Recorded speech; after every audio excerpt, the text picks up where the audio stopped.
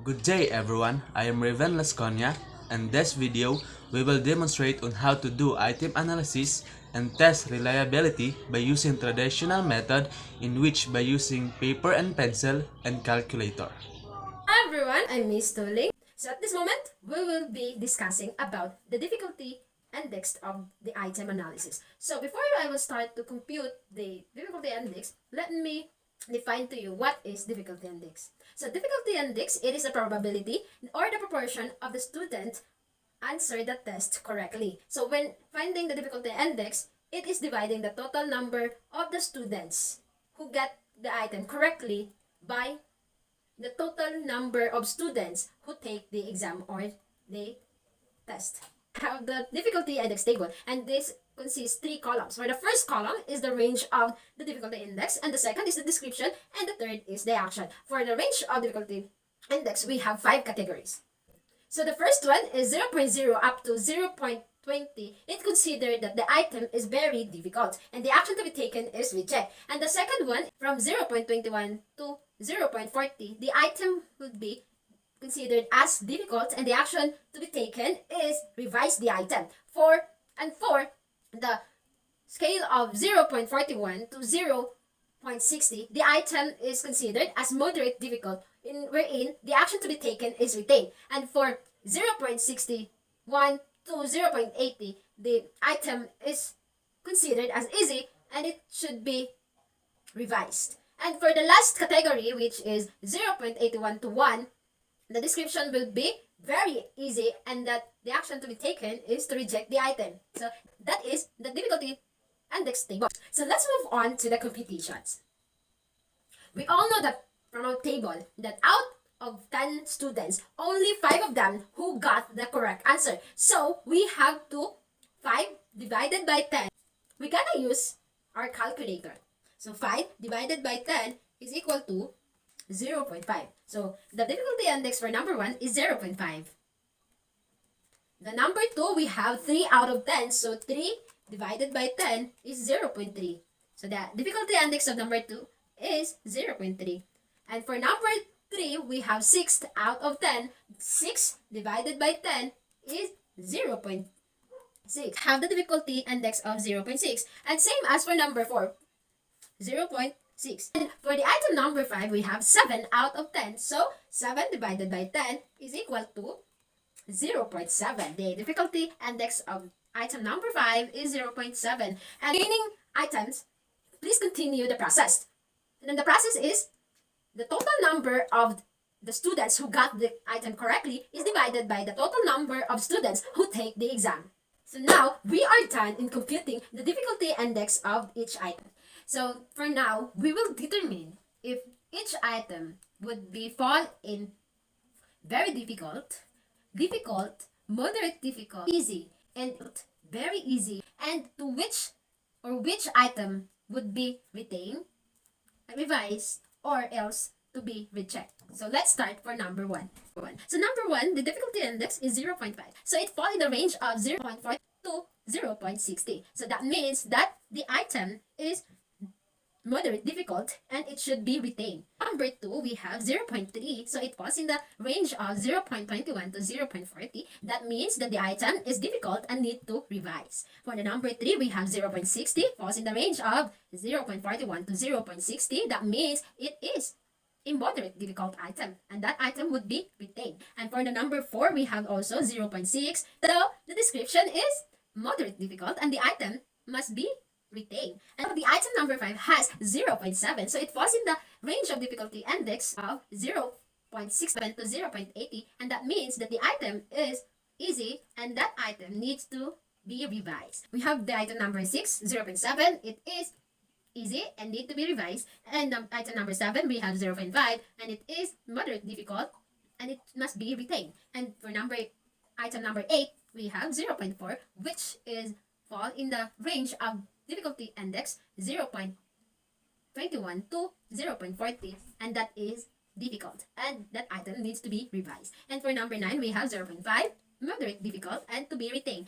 So we're down to our last number. It is item number 10 and it has the 0.5 difficulty index, and that means the item is a moderate difficult and must be retained. Let's add the difficulty index. Hi everyone, again this is Dexter Rosdano and I am here to show to you on how to compute discrimination index.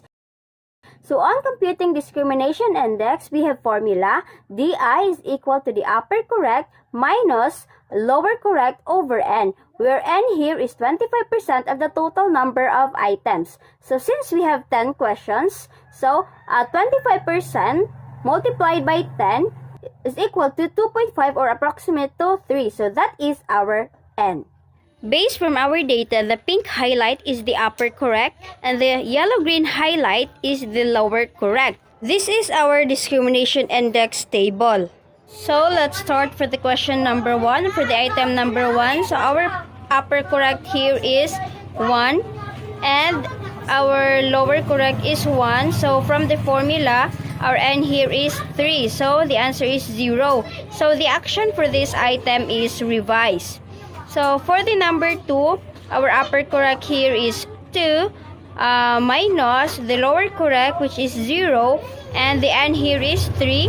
So it is equal to 2/3 or 0.67. So the action for this item is include. Then number 3, our upper correct here is 3, who got the correct answer, minus the lower correct 1 and over 3 which is our N. So the answer is 2/3 or 0.67. So again, the action is include. So number 4, the upper correct is 2 and minus the lower correct is 2. So 3 is the N here, so the answer is 0. So the action for this item is revise. Then for the number 5, the upper correct here is 3 minus the lower correct is 1. So over N or the 3 is equal to 1/3 or 0.33. So the action for this item is revise. So that's all for the discrimination index. I hope you have now the knowledge on how to compute discrimination index. Hi everyone, so this is my teacher Christine and I will show you how to compute the reliability test.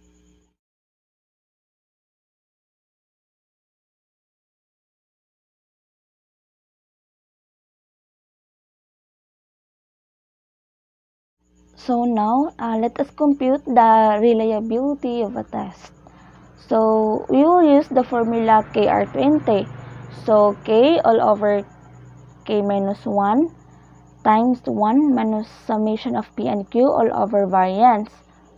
So the K here is the number of items and the P here is the total number of students got the correct answer all over the total number of students, and the Q here is the total number of students got wrong answers all over the total number of students. So in simple words, P here is the difficulty index and the Q here is the 1 minus difficulty index. So let us find first the value of summation of PQ. To get the summation of PQ, you will just multiply first the P and Q and then add all. So for number 1, as what I have said, P is the difficulty index. So we have here the P. So for number 1, 0.5. And then to get Q is 1 minus P. So 1 minus 0.5 is equal to 0.5. And then multiply. 0.5 times 0.5 is equal to 0.25. For number 2, we have here 0.3. So 1 minus 0.3 is equivalent to 0.7. And then multiply, we have 0.21. For number 3, 0.6 times 0.6. So 0.6. So 1 minus 0.6 equals to 0.4. And then multiply, we have 0.24. And so on and so forth. And to get the summation of PQ, we will just add all this one. So let us open our calculator and then input 0.25 plus 0.21 plus 0.24 plus 0.24 plus 0.21 plus 0.21 plus 0.25 plus 0.24 plus 0.25 and plus 0.25. Then equals. So we have here the value of 2.35. So 2.35 here is the summation of PQ. So now let us get the variance. So we get the variance using our calculator. So let us press mode and then number 2 for stat and then number 1 for variance, and then let us input all the scores. So here is the scores 9, 8, 7. So let us input that one. 9 equals 8 equals 7 equals 6 equals 5 equals 5 equals 5 equals 4 equals 3 equals 2. And then press AC and then shift and then 1 and then 4 for variance. So number 4 again for sample of population sample. So number 4 then equals. So this one is the standard deviation, but we look for variance, so we will just square this one. Then equals. So we have now the variance 4.71. 4.71. Then let us just substitute all of this one to the formula. So formula is KR20. So K is the number of items. So we have 10 items. So 10, K minus 1, 10 minus 1 equals 9. And then 1 minus summation of PQ, we have here 2.35. And then variance 4.71. Then we will just multiply that one and the result is 0.557. So we have here the result 0.557. So 0.557 falls in between 0.50 to 0.60. So its interpretation says that it suggests need for revision of tests unless it is quite short, 10 or fewer items. So the test definitely needs to be supplemented by other measures for grading.